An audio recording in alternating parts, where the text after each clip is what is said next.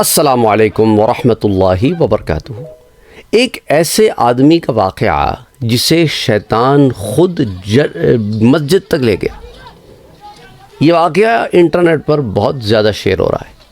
یہ واقعہ شیئر ہوتے ہوتے میرے بیٹے تک بھی پہنچا، اور میں نے اپنے بیٹے کو، اپنے باقی سارے بچوں کو میں نے یہ کہا ہوا ہے کہ جب تم تک کوئی بات پہنچے جو ریفرنس کے ساتھ ہو یا نہ ہو، اس کو آگے بڑھانے سے پہلے میک شور کر لو کہ بات ٹھیک ہے کہ نہیں۔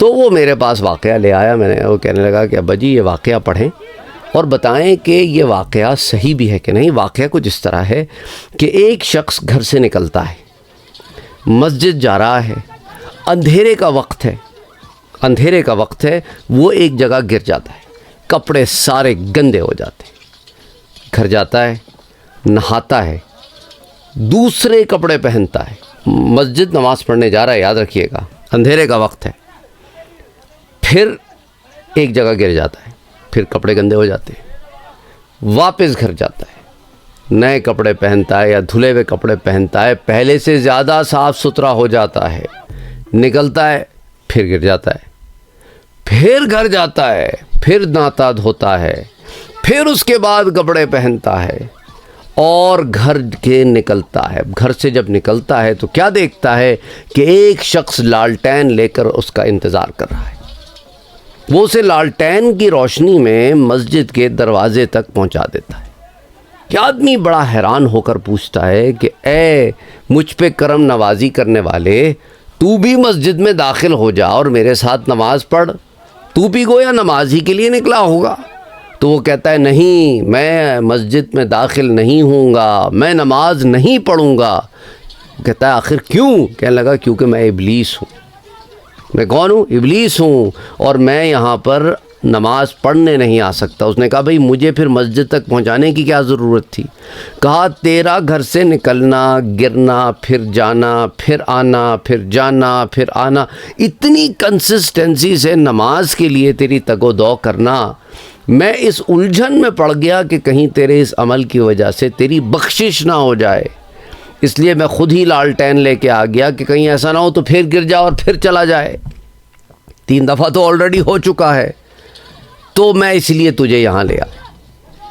اب یہ واقعہ، اور یہ کہتے ہیں کہ جی حضرت عمر کا زمانہ تھا۔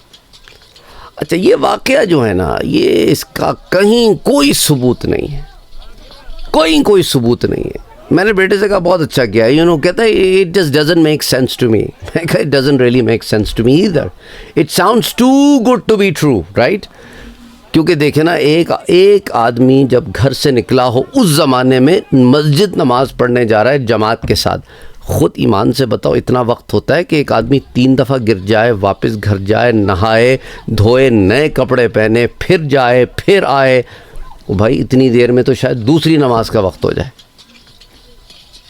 سمجھ رہے ہیں آپ؟ it just doesn't make sense, right؟ اور پھر سرے سے اس واقعے کا کہیں کوئی ذکر نہیں ملتا۔ بس ہے، ہم نے بھی سنا تھا، میں نے اس سے کہا بیٹا ہم نے بھی سنا تھا یہ واقعہ، لیکن جس عمر میں سنا تھا اس عمر میں ہمیں فہم نہیں تھا کہ ہر بات جو سنی جائے وہ آگے بیان نہیں کر دی جاتی۔ ہم بھی چھوٹے تھے، 6-7 سال 8 سال کے ہوں گے، ایسی کچھ۔ مجھے یاد نہیں پڑتا کہ میں نے واقعہ کسی سے بیان کیا ہو، لیکن یہ واقعہ میں نے سنا ہے، اتنا مجھے یاد ہے۔